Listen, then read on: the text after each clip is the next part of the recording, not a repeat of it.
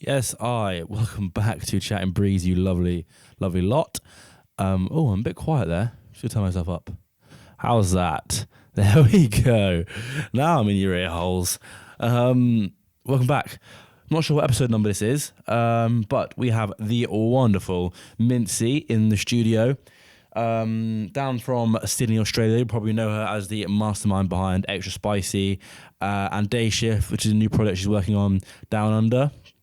Absolute legend. We had a wicked time, shared many a story, many a laugh. Only thing is, had a few audio issues with this one. So about 6 or 7 minutes in, for about 20 minutes, the audio goes a little bit fucky. Honestly, if I could play you what it sounded like before I worked my magic on it, it's literally, you cannot hear a word anybody is saying. It just sounds like somebody is like got diarrhea over the microphone, basically. It's just relentless, but somehow managed to fix it up with some AI wizardry. So it is hearable, but it's not necessarily the crisp audio that you come to expect from Chatting Breeze. Like I say, listenable, but you know, if it's a bit too abrasive for you, I completely understand. I'd skip ahead to about the half an hour mark if that's the case, because it clears up then, and that's when there's plenty of juice after that point anyway. The whole episode's great. You will miss some cracking stories though if you don't sit through that bit. I'm talking putting mice in ovens type of stories. Anyway, housekeeping. Patreon lot got some dubs last week. The new EP we got from Dober Woman is out now on the Patreon for free. That's patreon.com/Belters if you want to join the Belters Club. They also got this episode a bit early, such as they get all the episodes early. We've got some really wicked episodes coming up, so if you want them early, I would suggest join the Belters Club, £5 a month, and getting that good. What else? Oh yes, if you're in Bristol, 13th of June, we're doing an event, Destination Euphoria. Myself, Longies, Goddess, Pewtwo, OK DJ, and Freedom Andem. Absolutely huge lineup. Tickets are nice and cheap currently, sitting on second release. I've got some nice plans for that event. I'm thinking whistles and, you know, those like finger lights that, you know, I've said too much already. I'm going to leave it there. Get over to Head First if you're in Bristol and you're interested. June 13th, Destination Euphoria. Right, this has been a very long intro. I'm going to shut up now. Bye. Try and keep that down because I'll just end up staring at the screen for the whole time. The little freak. Yeah, exactly. And we're live. Hello, ladies and gentlemen. I've always wanted to be on a podcast with my head's like this, so let's. Oh yeah. I don't know. Actually, what's that? It's just like It's like Illuminati type beat. Well, I didn't mean it to be Illuminati, but now you say that. Hands off camera. You want to bring them up a little bit? There you go. How we look. That's Illuminati. That's women business. Oh, this is like let's talk. Like a. Hey. I see. Okay, well, we're talking, so we're here. Let's yap. Welcome back. Welcome here. Thank you for coming. I'm very grateful to have you on the show. Grateful to be here. I realised I haven't actually introduced you yet. I am in the studio today with none other than Australia's very own Mincy is in CBHQ, ladies and gentlemen. This is a round of applause in the background. Nice. And back to business. Mincy is the founder of Extra Spicy? Yep. You're not the co-founder, it's just you. Literally me. Yeah, I thought... But we say we in the emails, so it seems like there's more of us, but it is literally me. That's something that I do sometimes as well. I'm not sure how to approach that, because, I mean, you must get it as well, where people message you being like, oh, hey guys, or like, you know, thinking there's a group of you. Yeah. Or hey bro. Or hey bro. I'm like, please. Always. And then I'm like, how do I nicely say, you are talking with a woman, if you don't mind. How do you say, what do you say? Do you know what? I usually put like a little kiss on it and then just to like feminize it, you know. Or I sign it off like Mincy and I hope they're going to do like a bit of research. It's all right, like, just cop. Well, you'd think that they would know you, right? If they were... Well, obviously because most of the people that... Well, a lot of the people that submit music are from Australia. So yeah, right. They've probably got a pretty vague, if not good idea of who I am. So at that point, then I hope that the penny drops. And you think so, right? Yeah. Oopsie. Because your label was one of the first ones that I got into when I first started getting into sort of dance music and like sort of get the garage and breaks sort of thing. Like your 3 downloads are some of the first tunes I had on my stick, basically. Like sick. One say like People 4 still years rinse now. When did the label start? The label started during COVID. So this also, if my 2 best friends are watching this, they're going to tease the way that I just said COVID. They think I have a weird way of saying it. Say it again. COVID. Is that weird? What's weird about it? Okay, we'll come back to that. All right. It started during COVID in 2020 because that is also conveniently the time that I taught myself to produce. So I wanted a label to release music on, and some people I was hanging out with at the time, and I still do, obviously, like Akul and Bijou, the ones that did a lot of the early stuff. They were kind of making tunes, and they weren't really doing. I mean, they were releasing on other labels, but there wasn't really like an Australian outlet for it. So we combined our powers, and we created the very first. I think it's called XTR 001 or something. Was our very first release? XTR, I guess. XTR. Something like that makes sense. So yeah, that's how it started. Actually, that's the label side of it. The event side of it was before that, pre-COVID. Yeah. Okay. So was that the first time that you've gotten into like music, or have you always been quite a musical person? No, always. So I DJ'd for years before. Let's say years. I DJ'd for about 3 or. I learned to DJ when I lived here. And sick. Yeah, in my little flat in East London. And then when I got back, we'll get to. Yeah, we get. That's right. Yeah, we'll get back to that road and invested in. So I learned to DJ here, and then when I went back, I started DJing at a club called Chinese Laundry, which was like a bit of an. I've heard of that. Yeah. So that's a bit of an institution. In Sydney. Yeah, in Sydney. I've been DJing for a bit, but prior to that, I've been going to raves and stuff since I was 18, and I'm now a lot older than 18. So that was the timeline of it all, really. When you first got into it, when you were living in the UK, well, I guess, when did you move to the UK? Like, how far into your like raving, partying journey were you there? Yeah, so I moved to the UK I moved to the UK in 2015, and I was like 25. Okay. 25 or 24, something like that, early 20s maybe. So I'd already been clubbing in Australia for like years and years before that, like 7 years. But this is like pre-Australia getting its shit together with anything cool in it. So when I said, well, actually we had kind of our own scene, I guess you'd say. So we had a lot of like log house and fidget and like. What is blog house? It's like I really don't know how to describe it.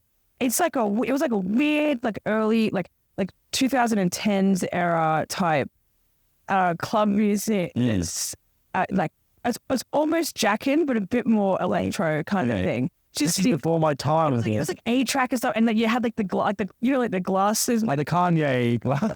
I mean, I didn't personally, but there were I had shirts that would say like get fucked, yeah, or like this is horrific fashion. I mean, I was gonna have a look at some. God, I'll put some on it. This is some demonstration. Yeah. And so I was doing a lot of that, and then I went to, and then out of nowhere, Rusko showed up. So that was my and my friend was like, oh, I think you might like this. It's like a bit more bass heavy. I went and watched Rusko and like changed my life basically. So it was kind of like we get like one DJ. I saw like DJ EZ one year, and I was like, that kind of like me on another path. So after all that, and I was an avid listener of the Scream and Bang show on BBC. Okay, from Australia. That's like when it was like after. Yeah. I was in primary school. I wasn't. Oh my god, that's incredible. Yeah. So like I was listening with it. There was some crews that were kind of doing some cool stuff. There's a crew called Garage Pressure who they were flying to the UK and bringing vinyls back, and they were like, "Come listen to what these guys are doing." I mean, this is wild. So we were all sort of like listening to that. And like, so was there nowhere for you to, if you wanted to buy those sort of records, you had to leave or go elsewhere? Not like dubstep and stuff. Like it, yeah. I mean, there nowhere to buy anything like that. You could definitely buy vinyl, but it was more like Ministry of Sound, ravey sort of stuff. To be totally honest with you, I wasn't buying a lot of vinyl at that point. Like I was early 20s kid that had no fucking money. So Yeah. That's trying to live in my crap share house. So why did you move to the UK? Honestly, because I wanted to go to UK raves. Good answer. I had a job in Australia working for Gettin Images. I don't know if you know that. Yeah, the stock. Yeah, the stock image people. What were you? Sorry, rewind, bro. It is funny. This is funny what I was doing for them. I was an image researcher. Right. So I was essentially their like Google. Like I was like a Google AI, but a real human being. Like if people couldn't find a photo in the stock image library, then they would send us an email and go, "Hey, I'm looking for a picture of like a lizard with purple eyes and fucking." And then I'd know like all the secret code words. And then I like prompted like lizard purple, whatever. So that was my job, and so I did that for a couple of years, and I was like, you know what? I think there's something else out there. I think there's probably more to the world than being glorified Googles. So. Right, yeah. So I just decided. Then I moved there like 2 weeks later. I literally just like up and left. Yeah. Oh my God. I was like, well, I just quit my job, and then they were like, all right, see ya. Did you have connections out in the UK or? I didn't really know anyone. I knew 2 girls who I'm still friends with now, but they were like, but one was my old hairdresser. Like it wasn't my close friend. Yeah. But the other one was a hairdresser that worked with her. Oh, so they only just you knew a hairdresser. You were sorted for a trim. Yeah. So that was literally it. That's a ballsy move. That brings us to the first house. Right. I lived for the very first week I arrived. Yes, I did. I lived in their basement. But it was cold. What were your? I guess the question is like, what was your impression of what the UK was going to be like versus what it actually was? I mean, it was pretty close. What were the things that I thought were weird? There was a few like cultural differences, but not a lot. Mm. Yeah, there wasn't. It was pretty spot on to what I thought. Oh, I had visited once before, so I kind of knew what was going on. I came over for a holiday just to kind of like suss it out, see what was going on, and then that's when I came back, quit the job, and did everything. I see. So. It wasn't a total culture shock. I had been here for like 10 days. Like 10 days still not a huge amount. I've only been to London. To be like, there's not enough top hats here, you know? Call the kangaroo. Yeah, actually, that was one thing that I noticed, that we have a lot more just like weird creatures roaming around. Yeah, no, just well. Yeah, actually nothing. all the creatures that. No creatures. I mean, they're all in bloody brick lane, just coming home from clubs at 4 in the morning. Kind of creepy. Yeah. I can't deal with that shit. Like, I really want to move out to Australia one day. Like, my dad lives out there, and I really want to go and spend some time with him. But that is the one thing that's sort of be like, I don't know if I could deal with the fucking spiders and like this bad. Like, see, all the fucking Aussies say that, man. But like, I just don't. I hear it all the time. But yeah, they're really not that bad. They're pretty harmless. They're bad height. Like they're hiders. So you like pick a towel up after getting in the shower. Yeah, that's like my worst fucking Okay, so yeah, we moved on. So I didn't know anyone, so I just had to move into like a house. So I moved into what has become like a bit of a Mincy folklore tale that everyone has now. It comes up every year without fail. This house because I lived in. So it was me. It was run by like, so, okay, this was like one thing that doesn't exist in Australia. You can't just rent a room from a real estate. Really? Like, you rent the house, but you can't, they're like, no real estate. It's like, oh, I have this room in this share house. Right. And they like take you there to look at it. Yeah. So that's essentially what happened. But I looked, okay, well, the first part of the story is that when I went to go look at the room, I showed up on no sleep on the back end of like a pretty big bender, which is a bad idea. Because then when I went to move in, I couldn't remember which room. Hey, wolf in the wrong room. At the door, they had to break down the door, and we broke down the wrong door. It was a total shit show. Yeah, like, so this house was already from the start. It was already. Yeah, sorry, they had to break down the door. Yeah, because I went back to real estate. I was like, the keys don't work. Because you were going like six bedroom house. Yeah. I was going to the wrong door. Broke down some of that. Yeah, that's true. That's like 2 Greek guys. It's like lying in the bed, just like smoking a cigarette. You had to do the hand thing while you were saying that. And then this, and it's like, well, like Polish or something. This guy was like, that is not. He was in another room. So it's like 6 bedrooms. Like in London, especially, they would ram you in there, man. Like, oh my god, oh man, it's It was crazy. That also was another thing. The fact that like you absolutely could not, like when you shouldn't, but very rarely in Australia would you like convert a lounge room or a living room or whatever into another bedroom. Yeah.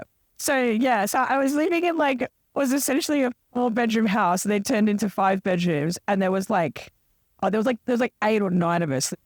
Fucking hell. It was intense, but I was like, I've got a house, I got a job, I'm living, man. Like this is great. So it was me, the Polish guy who, he was the only normal person there. Right. Me, the Polish guy. Then there was 4 Greek brothers who didn't speak a word of English, so we had to translate everything, which was like many stories in itself. Yeah, I'm sure. I mean, I don't speak a word in Greek, so well, it's not just I was speaking. Yeah, so. And then there was this girl who moved in the same day as me, and she was my like baby reindeer story. Oh, You know what I mean? Like yeah. whoa. Didn't like that. I think maybe you have to like really spin it. Technical difficulties later once that there you go, that's tighter. Okay, we're back. So yeah, she was so we, the first night we kind of hung out and stuff. She seemed pretty normal, but also not normal. Like there was something that was a bit. Something fishy is going on. As time went by, things got worse and worse, and it gradually increased over time. Cool. Yeah. So it started with like the 2 a.m. knocks on my door. So I worked in a bar also, by the way. So I would do like 16-hour days when I'd come home from work, fall asleep to 3 a.m. whatever. She'd knock on the door at 4 a.m. and be like, "Hey, I just want to let you know if you ever need to use my shampoo, it's fine." What's saying you there? I swear on everything, this is a true story. This, in my early 20s, I don't know why, I just encouraged this behavior everywhere I went. And I was like, oh, say, thank you so much to you, Wayne, Sam, for that one. And she did, like, a few nights later, she'd do it again. She'd be like, hey, have you got a lighter? And I was like, no. And she's like, that's cool, I got matches anyway. And then, like, shut the door again. So I'm like, hey, bitch is nuts, man. Like, this is crazy. And then, like, and then she started getting really, like, possessive of me. So if I went to work and I wasn't home, I, like, stayed for a lock-in or whatever. She'd be like, would you come back in on your room and blah, blah, blah. And I'm like, tense. So, I mean, many, many things happened. So at this one week, it really crescendoed. Yeah. She brought in this shadow girlfriend. The girlfriend moved in unannounced. We just came in one day, we had another housemate. So that's almost double the house in a 4-bedroom house. Crazy. It's crazy. And like there's mice and like it's shit. Like it's the biggest shithole. None of us could afford electricity and we had the little top up. Oh yeah. It's always running out. So we can't food or like we can't hardly afford food. Yeah, the food in the middle of the night, I'm having to chuck everything out of the fridge. And do you know what I mean? But I'm like, hey, whatever. The London dream. I'm with a friend of my parents like, yeah, everything's great, man. I'm having a great time. How goes out? Yeah, life. And so this week it kind of crescendoed. Started with her and the girlfriend having like a physical fight in the only one communal area. That was pretty like 3 a.m. The Greek boys broken up. The next day, the shower curtain was missing. Okay. Yeah. And we had a group chat, which like, half of us are speaking Greek and half of us are speaking English. And so I was like, I wrote a message and I said, where's the shower curtain? And I never got a response. And then like 2 days later, she responded in the chat, not about the shower curtain thing, but just said something to the effect of, guys, you got to close the oven doors. I just found 2 mice in there, but don't worry, I've shut the door and I've cooked. Like, I can't be reading this. I can't actually be reading this right now. Like, this is some fucked up shit. She turned the oven on with the mice inside. Shut the door and she turned the oven on and she cooked the poor little things alive. And then I'm like, wait a second. Do you mean you like the mice alive? She's like, yeah, but don't worry, they're dead, and I'll clean it later on. So not only did she cook them alive, she left them in. Later. She just left her in there, and then like nothing else was said, and then shower curtain returned the next day. No way. Yeah, shower curtain went straight back. You never found out what happened with the shower curtain? Nah, I don't know what happened. I guess you don't really. Saint of the fucking whip. So that's London. We are now. Who were you going out to raves with then at that time? I guess it wasn't your housemates. No.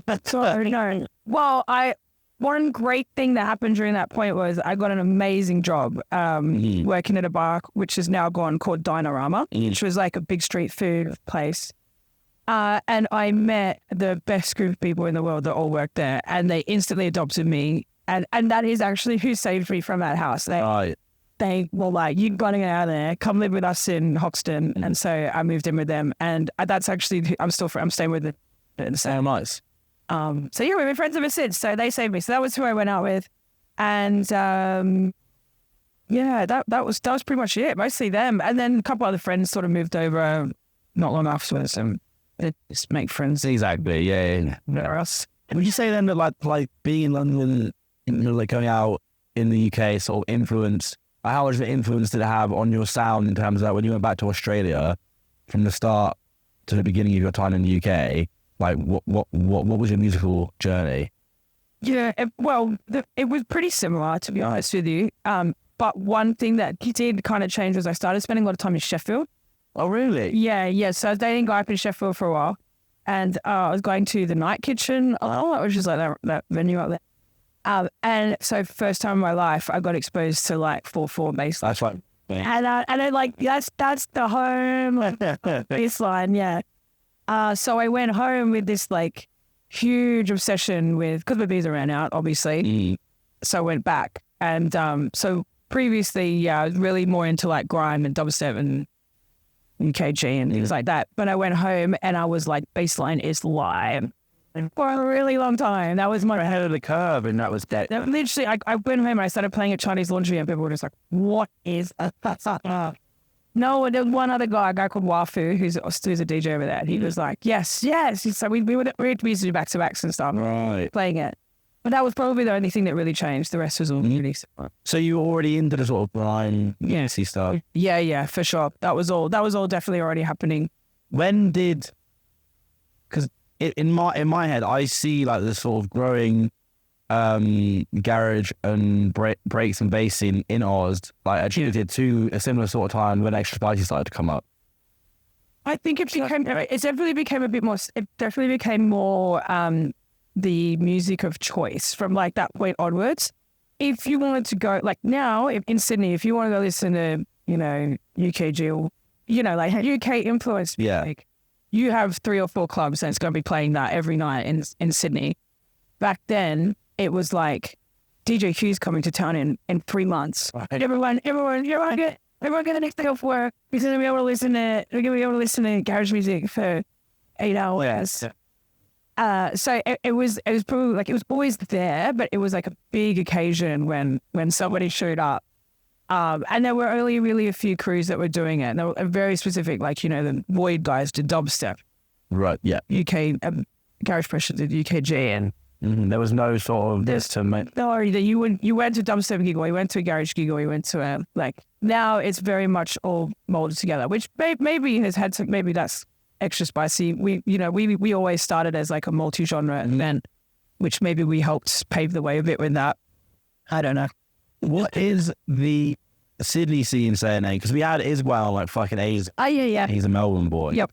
And he told us a bit about that, but didn't really touch on the scene that much. Because obviously Sydney's not the capital, right? But it's like one of the bigger... Yeah, Sydney and Melbourne are probably pretty similar sizes. Oh, okay.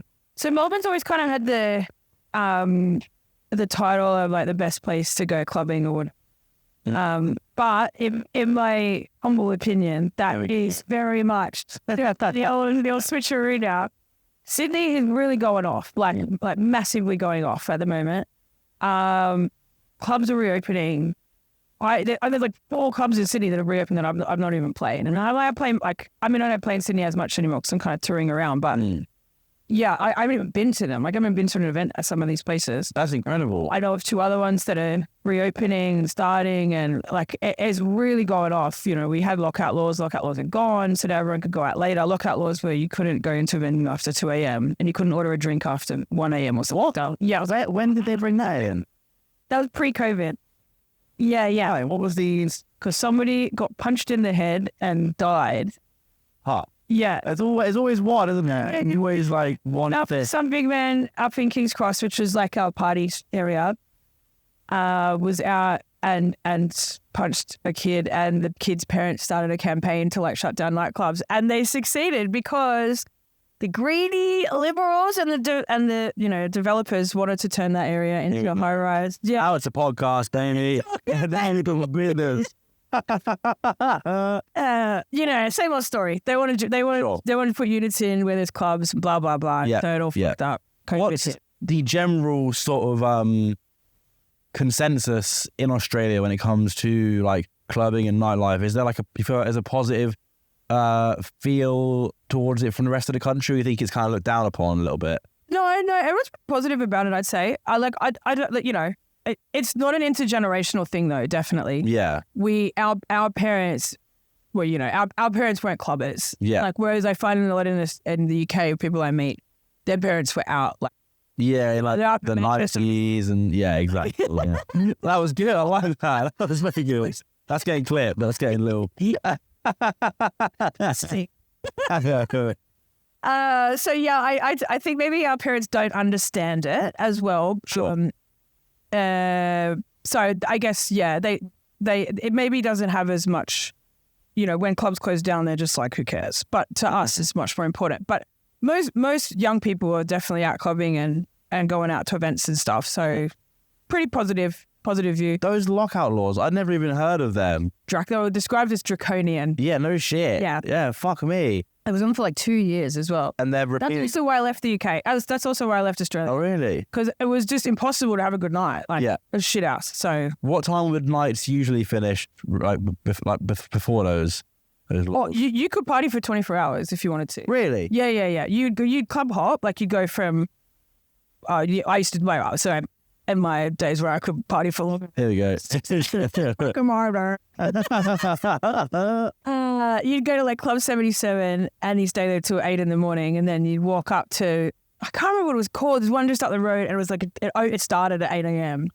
But there was loads of parties on Sundays you could do like that. Wow. So it started at 8 a.m. Day clubs. You could easily go day clubbing anywhere. There'd be multiple options. Seems like quite a healthy, party and like healthy clubbing culture there. it was. Right? Yeah, and it is again now, but it was very bad for a while there.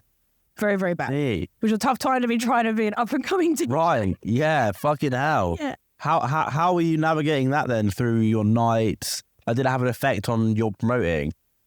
Well, I actually, I kind of bounced for a bit. Right. Like, Yeah. I bounced when I got back. So wait, so just for the time. the timeline of it is, so the lockout laws happened before I left from memory. I left in 2015 and they were in place until at least I got back, which was like 2018 or something. Okay. I might be getting these dates wrong, but it was something to that effect. Mm.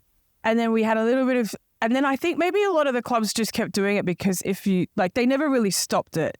Basically, it was only in the city. Mm-hmm. So it was like an 8-kilometer radius from the city centre. Anything there had to shut down by those points. But if you're outside of that, then you didn't have to. Which Interesting. is what spawned kind of the whole warehouse scene. Yeah. In Sydney. And like bush duffs and things. Yeah. So we went underground essentially is what happened.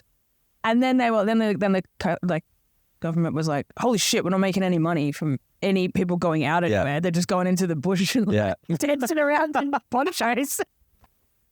I'm going to get them back. Where's that money gone? Yeah. So then after COVID, they were like, all right, you can, don't worry, we can just do whatever you want. Okay. And then it like exploded. Yeah. So that's how we bounced back from that. So you started up the label during COVID, and was that because you couldn't run events? Yeah. Well, we couldn't run events, and I was terrified of becoming, what's the word? Just fading into non-existent. Right. Yeah. Yeah, I think. So I tried to relevant. I was worried about relevancy. Yeah. So because we were doing a couple of pretty cool gigs with we had Royalty and Spooky and a whole bunch of guys over not long before Motor Hero, not long before COVID hit. Mm-hmm. And so we kind of had this really good momentum going, and then it was like done. Literally. So I was like, oh my God, what are we going to do? So that's what we did. How does it work being a promoter in Australia that books like primarily UK-based acts? Because that's got to be so fucking expensive to get people out. Yeah, well, you gotta team up. Yeah. You got to team up with other other cities, basically. So Okay. you want to make sure they're doing at least 4 or 5 shows. So you would reach out to promoters in other cities and say, hey, I'm thinking booking this. I never could be asked running tours, and I also was too poor in case something. Sure. And I generally was sold shows. So there'd be other people who did it. Mostly there's a guy in Melbourne that did a few, and then actually one of the guys who I'm at Dayshift with, he was doing a lot of the tours. He still does. So you kind of get like some of the bigger touring places would sell you a show for a set price, and in that price would be a percentage of like their overseas flights and the visa and things like that, and then you just then it'd just be the usual combination transfers. Is there any sort of like collaboration now, or is it purely transactional in terms of like? I can only speak for us, but we're super collaborational. Like that's the main ethos of Extra Spicy. Really.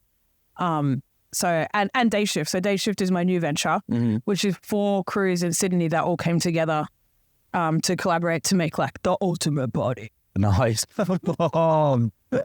What's ultimate about it?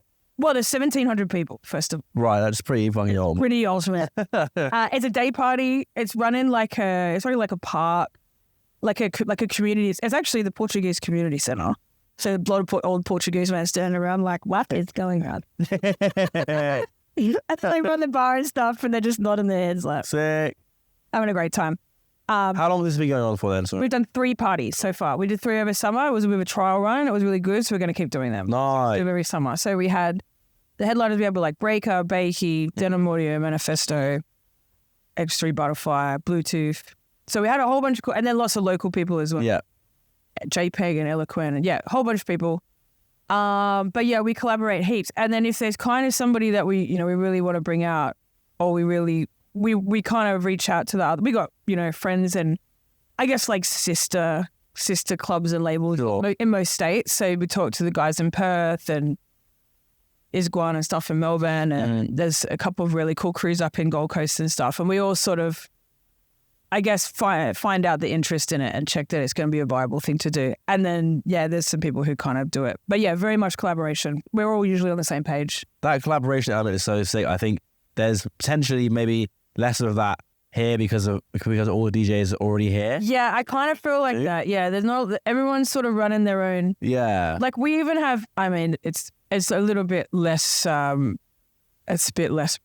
happening on there at the moment, but we have a Facebook group that's all promoters in Sydney where we like write what we've got on and what date to make sure there's no like crossover and stuff. That's it. We're very much, and we all go to each other's events, and everyone's on each other's guest lists and things. If you're a promoter, we'll just chuck you on because you're also taking the risk. It sounds super healthy. Like I think the Australia scene is like a really interesting one because I've always thought that like right now it's doing like really well. Arguably, I might even say it's potentially doing even a bit better than the UK scene in terms of. I haven't really I've only been here for a little bit this time, so I haven't seen a lot. But I mean, definitely size-wise, and definitely in terms, like, I know what I've heard is that you guys are struggling with people buying tickets. And it's a fucking nightmare. Yeah. It's really, really bad. So we are, I can only talk for, like, Extra Spicy and Dayshift. We're really lucky that... But I'm killing it, basically. Well, we just, I guess we created a community that just supports what we do. That's the main thing. 100%. I think there's obviously various economic factors in the UK right now that mean people can't buy tickets and things. It's fucked. It's absolutely fucked, yeah. When was the last time you were here? 2022. Okay, so a lot has changed in the last 2 years. It's like noticeably more expensive. And probably noticeably more shit as well. It looks the same. Oh, okay, that's good to know. No, everything else is fine. Although a man did collapse in front of me in Nottingham the other day, and I had to call a ambulance for him, and they said it'll be there in 4 hours. I was like, just had a heart surgery, and you're telling me 4 hours? That says it all. Thank the NHS, man. That was a wild side quest. I'm worried about becoming a politics podcast, so I'm going to move quickly on. Silly. No, it's new. So I'm trying to think about like the Australia scene in terms of where it's at currently, like comparing it to the UK scene. Yep. Because from my, like, the way I saw it watching is like a very big, like, is that very much an outsider. I can't get my words out right now. That's okay. Is like the garage and the speed garage thing, it is huge in Australia. I potentially caught on a couple of years after it was like massive. Yeah, oh yeah, we're always a few years behind. Yeah. Always. Yeah. Like we were like, in 2010, we were like, whoa, what's dubstep? It was like, oh, well, please, 4 years later, yeah. we're very much, yeah, it does take a little bit of time. However, I mean, with the rise of like TikTok and Instagram and things like that, it is quickening up a bit. Right. I think it takes a little bit of time for it to catch on with the like the not so regular clubbers. Yeah. Us, you know, those people who are really into it, they will generally pick it up pretty quickly. Like we did Interplanetary Criminal and Main Phase a couple of years ago, 2 years ago, 3 years. And we sold it out. Like, so people knew and there was like some hype around it.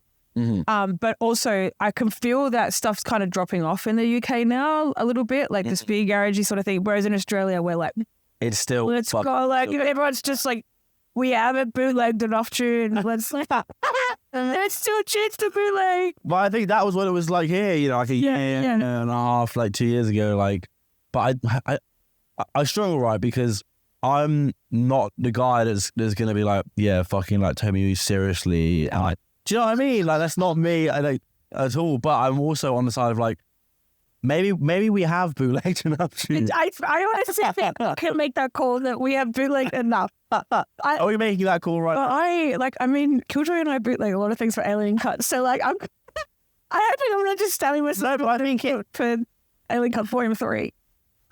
Coming soon. I think there's like you're allowed to, and like I still release like the occasional like bootleg edit when you want. We do too. We still have a speed garage bootleg coming out actually spicy in a few weeks. Exactly. But I think we don't need like Whitney Houston. There's like a line, I think. It's like an indiscernible line, right? Yeah. I think it's that like, it's like the instantaneousness that some people try to do it with as well. Like a tune comes out and it's like, whoa, bootleg the next day. Yeah. Like, let the song breathe, man. Like, we don't need the fucking, you know, we don't need the speed garage. I did do a Rumble bootleg the week of release. Everyone, it was bound to happen. It was bound to happen. But I just, it's like this. Yeah, and like a lot of it's just, look, the speed garage bootleg will always live on, and so it should. Long live the speed garage bootleg. That's getting clipped. Great. Sorry, continue. But I just think it still needs to be like musically good. Like that's the main thing. Yeah. I think just like whack a reset and like, you're like. Yeah, this is what I was chatting to Loggins about the other week, where it's just like, that it's almost like you're just dropping an acapella onto the same formula. Total. It's just it's just a formula. It's just become a bit of a formula. And it's like, it's just people just buying a loop pack. Like they're just buying something they've been, you know, sold on Instagram, like, is that like Jeremy Sylvester or whatever? And then just whacking on like a Wiley. Come like, on. Pellet on the top. Yeah, that sounds hard. That sounds hard. Where do you see it going then? My big predictions of the next, Come on. and this is actually also what I have recently been making. So I hope this is. Well, this is probably hand in hand. Yeah. I'm going to start the trend. So it's by the time the trends come out, it's like sick. I think that Jackin is coming back. Really? Yeah, I think we're going to go down. We're going down in tempo a bit. We've kind of hit, I don't know if this is happening here. In Sydney, we've hit the pinnacle of fast and hard. Like we're playing like, we're in the Gabba in the club sometimes. Yeah. You know what I mean? Yeah. That's fun and it's chaotic. But at 8 p.m. as a warm-up DJ playing Gabba, it's people are getting exhausted from it. Yeah. And people, I think the theory is that, you know, there's a lot of these kids who've never been out raving before. Yeah. So they're like, yeah. hard, fast, loud noise ever, which is totally fine because, like, we've all been there. I was listening to, like, you know, Bro Step and thinking it was cool. Come on, back. Like, so it's fine. But I do think that it's going to, like, go back down a little. Like, maybe we're going to sit back down, like, the 135. That's interesting. And I think, like, the warpy, bassy stuff, I think that it's still going to be, like, the garagey sort of sounds, but I just think a bit more, like, vibe to it. Mm-hmm. I reckon that's the next big one. And then I also think, like Bloghouse and Fidget's going to have a bit of a revival in. Really? Yeah, I do. I saw Melody making a fidgety tune just before I come over here on his Instagram. It's sick. I think everyone's just trying to experiment a bit more. They're trying to find their like, you know, something that's just not the speed garage. Definitely, yeah. People are definitely experimenting like a lot more. You're the first person that I've asked that to that said that they think that things are going to slow down. It can't go any faster. Where are we going to go? I guess we're going to be like those like. Yes, but I also wouldn't say that like Gabba and like these like turbo genres are necessarily like the in genre. I would say that there's an element of that to just like it's like closing track sort of vibe, right? Man, I mean in Sydney, I mean this is the other thing too. They're like, you know, the classic DJ, the conversation of like warm up DJ etiquette.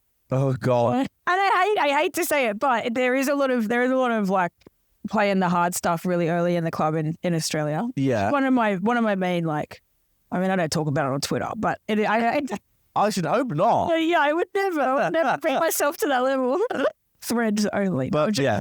But what it's a pet peeve of yours, would you say? Well, I mean, I personally, especially if I'm headlining somewhere, I need somewhere to go. Like I need like a go ham, but you can't line me up with like a 175. Yeah. You know, BPM and then go, oh cool, go play your like, you know, your 135 stuff. Start garage house, yeah. Yeah, it was like, so I think it's as long as it's left to the end of the night, totally fine. Yeah. But yeah, I think it's just going to come down a little bit, and I think some people are. I mean, yeah, maybe like the UK bassy sort of thing, but I think that's too sideways for a lot of the people. Yeah, I think it will keep its grooviness. So yeah, it has jackets to be back, baby. Groovy. I'd never Get ready, AC Slater. Yeah. And what was that other guy that used to do it? Oh, Ill Phil. Ill Phil is counting his coins right now. Well, it's probably not the biggest drive of unreleased stuff. He's just ready to drop on the world real soon.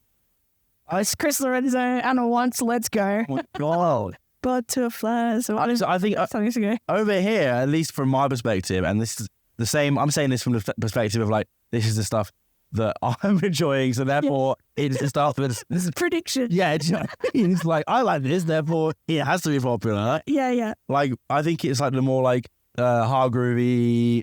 Oh, that's already the biggest thing in Sydney though. Yes, no, yeah, there's a huge scene for that. Yeah, right? yeah. So I feel like that's already done. True. Like that is so big. Hard groove is so big in Sydney at the moment. Really? A chance, yeah. Really? Out of control. Really? Yeah. You say how, when you put it next to speed garage... I mean, they're probably on par, but the hard groove stuff definitely is more what people want to hear in the clubs. Mm-hmm. So you're bored of that already now? I dabbled in it for a small amount of time, and I realized I was playing it because I thought crowds wanted to hear it. See, interesting. I had a bit of a like, you know, DJ reflection moment. Yeah. Like a couple of months ago where I was like, what am I doing? Yeah. Back we go. Like back we go to what I actually want to play. Yeah. But yeah, it's massive. It's like there's a whole bunch of DJs over there. I don't know, you heard of Pitch Festival? Pitch is like our big thing. Mm-hmm. You know, like the whole lineup this year was just like hard groove and techno pretty much. They had no garagey stuff, which they usually have a lot of. That's crazy. Yeah. Do you find yourself like when you're like curating your sets and stuff, like you said, you found yourself playing things you thought it was going to get more of a reaction. Yeah. Is that a thing that you feel like you do quite a lot, or? No, well, I was. I mean, it's really hard not to fall into that, like, you know, it's hard not to fall into that people pleaser mode sometimes. Mm-hmm. Especially when you start playing to bigger crowds and potentially like younger crowds that have a little bit less of a like attention span. It's really difficult to not be like just draw for the ones that you know are going to get a big reaction that everyone's playing. So for a little while there, I did kind of go a bit off script. Mm-hmm. And also, you know, like it's such an obvious thing. Everyone wants the reaction videos, right? Like we're stuck in this like behind the DJ. Yeah. And I'm just as bad for it. Like, you know, we need it. People immediately look at our Instagrams and they're like, sick.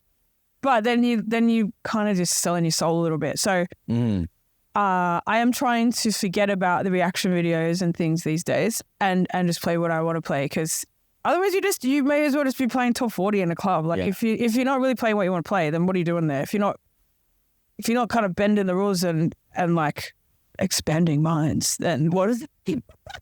Not just say that. Oh wow. Bending the rules, expanding minds.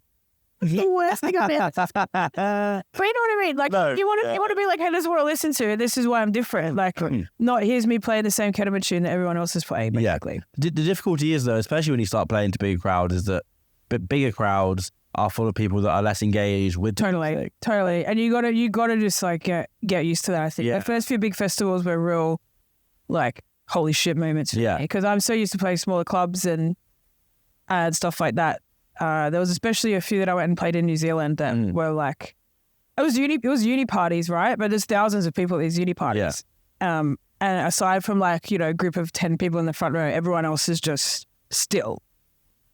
But it's like. People are there to chat with their mates and stuff. It's not it's not like you're in a club like it's loud and you can't talk, so you kind of get it. They'd be standing still no matter who was playing it. Totally, yeah. And we were like, you're not going to go to a festival and dance the full 12 hours, so I get it. Like, but yeah, you have to just kind of get past that like initial everyone hates me moment. Just an easy, just get past that everyone hates. So like crushing imposter syndrome. Have you always had chickens? No. This is new hobby. I've been watching your chickens for a while. About a year. Yeah. It's like a new hobby. The chickens. There's unhinged. The little haircuts. Yeah. It's so good. Pom-pom. I found one of them in a driving range. That's how we got them, yeah. What? Yes, I bought 2 chickens from the chicken shop. And then they lived... I think we call it the butchers here. Chicken. I eat meat. I don't know why I'm sitting on that. So I bought 2, and then the 2 lived there, and they were fine. And I toyed with the idea of getting more. And then somebody posted on a Facebook group. I don't even go on Facebook that much. I've mentioned it twice now. Yeah. As if, No, I'm a proper little Facebook geezer. yeah, what am I? Like a 40-year-old mum selling vases on the marketplace. Like, what the fuck?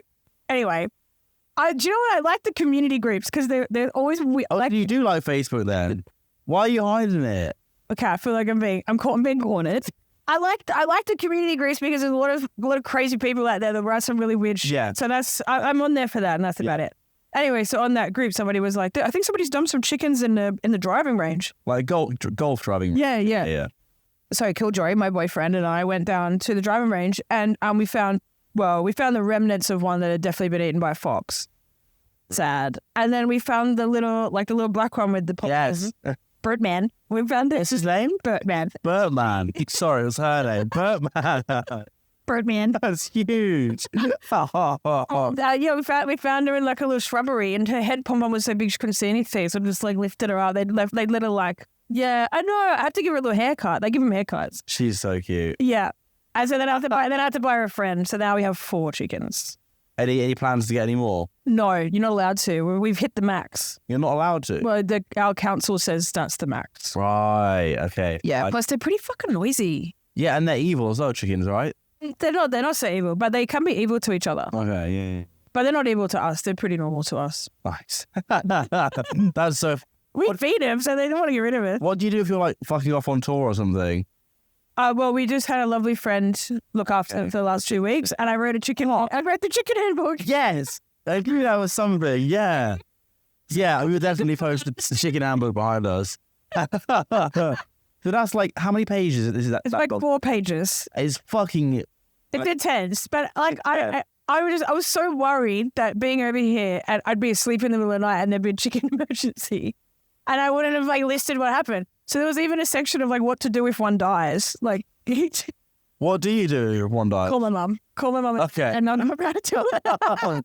And they know exactly what the process is. Right, they've been trained. They've been... Basically, put it in the freezer till midday.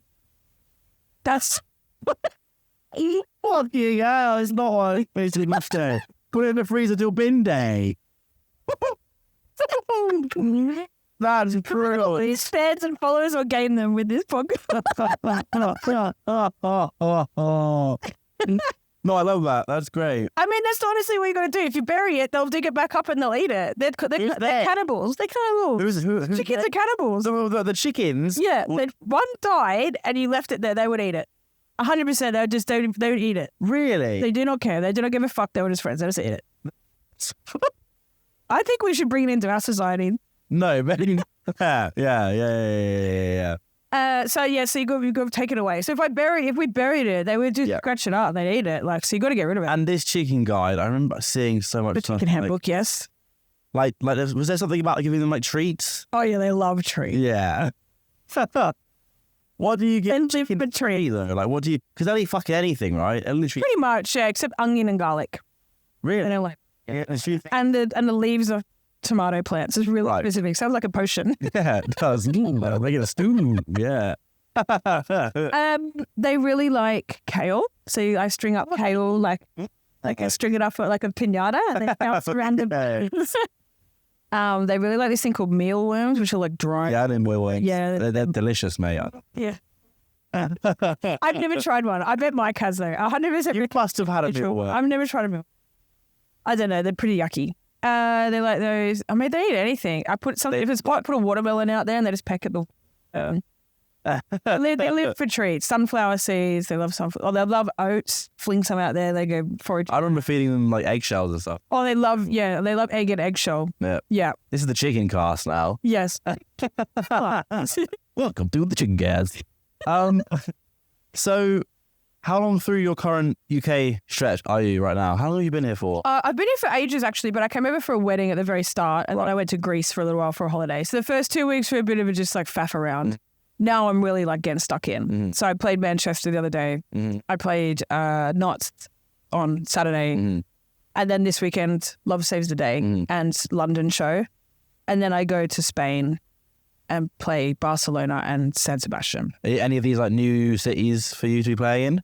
Yeah, I have actually never played in Bristol. Oh, really? Yeah, I never played Bristol. So that will be fun. I have been to Love Saves the Day as a punter when I lived here. So really? Nice little like circle moment. Okay, nice. And I've never been to Spain. Okay. Did you bow out the Manchester one? And I played Knots a couple of times. Right. Manny, I'm fairly sure I've played somewhere. Maybe I haven't played in Manchester. Maybe I've definitely played in London. What's been your best gig so far? Manchester's pretty good. I mean, I've only played 2, so it's not like a huge pile there. Yeah, sure, but... The Manchester one was really good. It was a place called XLR. Yeah. Yeah. It's run by like an old bassline producer as well, which was fun. Is it? Yeah. So yeah, that was fun because Killjoy played as well. So we did a little two co-headliner thing. Nice. Yeah, so it was pretty good. I think probably what I don't know yet, but I suspect from people's reactions when I tell them that I'm playing at Razzmatazz in Barcelona, which is apparently like the best club ever. So I hadn't either. And then there's been people who I tell them there's like, really? Yeah. Oh, fucking sick. So that's so great about it. I don't know. I have no idea. I don't know what's so good about it. So I guess we'll find out. Yeah. And then obviously the fact that I'm playing in a ball pit at that's going to be Love Saves the Day. So that's all. Have you been in the last time you were here when you went? Did you go to the ball? No. No, I don't It's kind of free hidden away, but it'd be good fun. Yeah. I think it looks like it's like a little bit of a secret thing. Yeah, I think it is kind of a thing. Yeah. Yeah. So if you're going, come find. Oh, this won't be out by then. So. Oh yeah, this will be out this Thursday. Oh jeez. See you there. What are you playing in your sets at the minute? Like, what are you going to bring? Well, I've definitely gone back to more bassy stuff. Okay. That's been my, I guess, since the epiphany recently. Yeah. Because I did have you as more of like a techno-y sort of person. Yeah. Recently. I think the techno's still in there, definitely. Like, I still like the techno. I'm more of a, like a hard techno kind of person when I do play techno. Techno and ravey stuff still a big yes, because I obviously produce a lot of that as well. Yeah. The speed garage. I still do play a lot of speed garage. I don't tend to play as many edits anymore. Like, but I will play a lot of like. You better not after this conversation. How embarrassing would that be? The guy that's releasing a free download speed garage on extra spicy to Philly is probably listening to this and be like, "Fuck, Marzo, don't worry, it's all fine. I really like the tune." It's okay. Don't worry. So a lot of that sort of stuff. Bass techno. Like a little bit. I was kind of in like dabbling back in the dubstep side. I actually think dubstep's probably due a really big resurgence. Yeah, it's not as much of that going around at the minute, but you probably yeah. It's not as successful when I try and play it in sets in Australia, but here obviously it goes off. So I take the opportunity while I can because I'm a pretty old dubstep head. People love it in Bristol as well. Yeah, which is it just seems so strange to me that there's not really much of a scene for it because it was so massive. Is there much of a scene anywhere for dubstep here anymore? I don't think so. I think there's like a little bit of grime, but like I had my mate Nick on the other week who runs like Part of Audio, like a grime collective here. And he was saying that like there's really no one that's pushing that sort of like MC led like sort of 140 dubstep. Like when I just went in Knots, like they were doing a lot of dubstep up there. And like there was a really sick MC I've been working with called Jimmy Rocket who was on all of my sets while I was there as well. So they're kind of doing a bit of a dubstep thing. Like this guy called Landlord, Surgic, all those guys are kind of they're doing some dubstep stuff. But yeah, I like it's not. I mean, everyone's just like waiting for Scream and Benga to show up to their city at this point to do their much awaited back to back. It's one of those where it's uniting. Where it's like there's two people that have almost become the genre. That's literally it. Yeah. Like you can't. But there's so much good stuff going on. Yeah. None of that. Like, but it's the classic situation like of one person, taking over really. But I do think it's going to come back. Fingers crossed. It's like 20 years now, right? Yeah. Ready. We're ready for it to come back. Okay, we're at an hour. Fucking hell, that's a little way. What else is in your future, Mincy? What else am I doing? I've been working on heaps of music. Working on a lot of collabs. Nice. I'll tell you a little hint. Actually, I'm working on a collab with a really well-known Bristol duo. Oh. So, 2 boys-based duo. So that's in the works. I actually don't have a fucking clue who you're talking about. Word DJ name. That's what we'll leave it at. And I'll tell you after this and see if you guess it. And then I'm also working on, you guess it first and then I'll... Sure, yeah. And then I'm working on another collab with Justin J, a guy in America. Yeah, nice. Which is going to be really cool. Killjoy and I are working on Alien Cuts Volume 3, which is what we were talking about before. More bootlegs. It's just 100% bootleg. Whitney Houston, speak. And then I have another EP coming out next. I have an EP coming out in June, Sick. Which is a 2-track thing of like two of the tunes that have been gone off my sets for ages. Nice. I'm really looking forward to getting those out. There is a mystical EC2A EP coming out at some point. Well, yeah, we keep taking tunes off and putting tunes on. And when the doctor calls, it'll happen. Yeah, we get it going. And then apart from that, I've got like a massive Australian tour that I'm going straight back into in June. Hard. You're fucking so busy, man. What the fuck? Like, I thought I was like kind of busy, but Jesus Christ. Yeah, there's a lot going on. And then, my first show back in Australia is the opening of a reopening of a club, which is so top secret at the moment. I can't wait to announce it. So unbelievable. That's pretty much the week I get back and hit the ground running. Can't wait. That's it, really. And not that anyone needs to, because they probably already know, everybody follow you and everything, but where can people find you? I don't even know what my Instagram handle is. Mincy Oz. I think there's a full stop in it. Yeah, I think it's mincy.oz. Mincy.oz is my Instagram handle. Yeah, have a look on there. I think it's the same for TikTok. Stall. Yeah, you got it. Still. And then, I'm on SoundCloud and Spotify and all that. Extraspicy.sid? Extra spicy _Sid for the label. My mistake. That's where you find me. I'm just yapping away on there and sharing stories about mice in ovens. And chickens. Keep your eyes open. Mice in oven. Fucking great. Mincy, thank you very much. For having me. That was pretty fun. Boom. Jeez. Thank you for listening to Chatting Breeze. All I can say on this outro is make sure to, wherever you're listening, give it a like or a rate or whatever the fuck you call it on your chosen platform, because it means a lot and the audience is growing. So the more we can shove the like button, the faster we can get more people on this thing, and the more episodes we can make, the more time I can dedicate to it, because I love doing this, but I am bleeding money. So yes, make sure to give it a like and tell your mates. That's all really. Patreon.com/belters. Going to keep this outro nice and short because the intro was so bleeding long. See you lot next week. Bye.